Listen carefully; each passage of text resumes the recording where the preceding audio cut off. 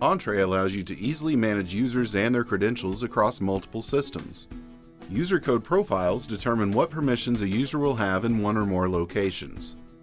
Whether creating a new user in Entré or updating an existing user, assigning a user code profile ensures that users will be able to interact with the system and freely move within authorized spaces.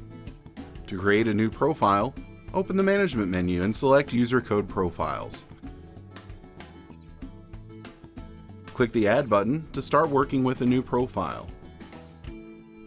Give the profile a descriptive name, then choose the appropriate panel from the Compatibility drop-down menu.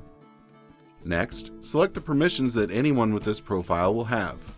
After that, assign access areas and arm-disarm areas to this profile by clicking the Choose button. Select the areas that users with this profile will interact with.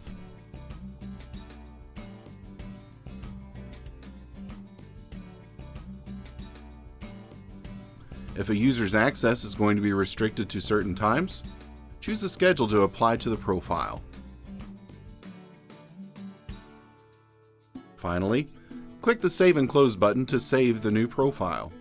The profile will be displayed in the User Codes Profile module.